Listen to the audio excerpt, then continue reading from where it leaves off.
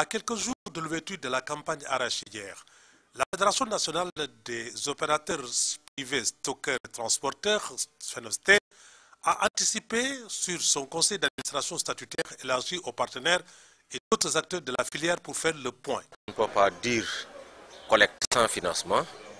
On parle aussi sur les crédits que nous devons à la banque.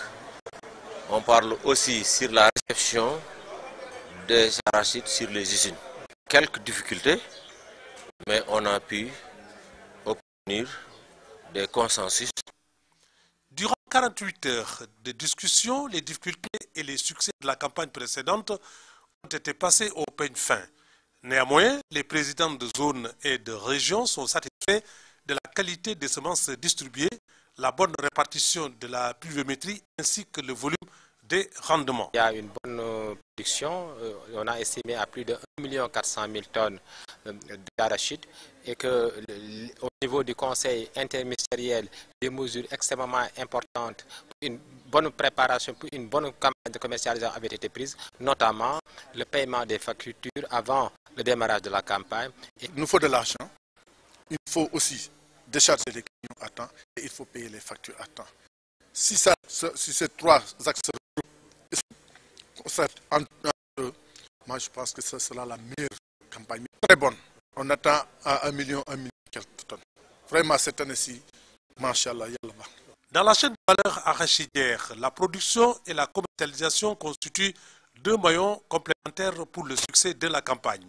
C'est pourquoi la mise en place à temps du dispositif de collecte et la fluidité dans le déroulement des opérations étaient entre autres sujets les mieux partagés. Bon, on s'est réunis aujourd'hui pour discuter les modalités dont on peut faire pour la réussite totale de la campagne. Ça a été fait, nous sommes tous tombés d'accord, les partenaires sont tombés d'accord avec les opérateurs. Je crois que la campagne va se dérouler dans les normes. La reconstruction du capital semencier, c'est un défi surtout pour les opérateurs. Nous sommes en train de travailler et nous pensons que une année hivernale comme celle-ci est un jalon extrêmement important dans la quête de cet objectif qui est la reconstruction du capital semencier. Pour apaiser les inquiétudes des opérateurs et rassurer les producteurs de la fiabilité du mécanisme de collecte, des partenaires stratégiques tels que la CNCAS et les huiliers, deux maillons incontournables pour le succès attendu. West African Oils, dans tout le préalable à mettre en place pour le démarrage de la campagne, est totalement et fin prêt.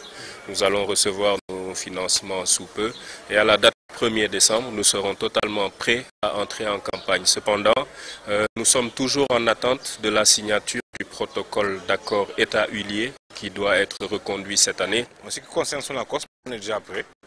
Au niveau des sites, on est prêt pour la réception des graines dès le 1er. Ce qu'on avait mis en place comme dispositif l'année dernière sera renforcé.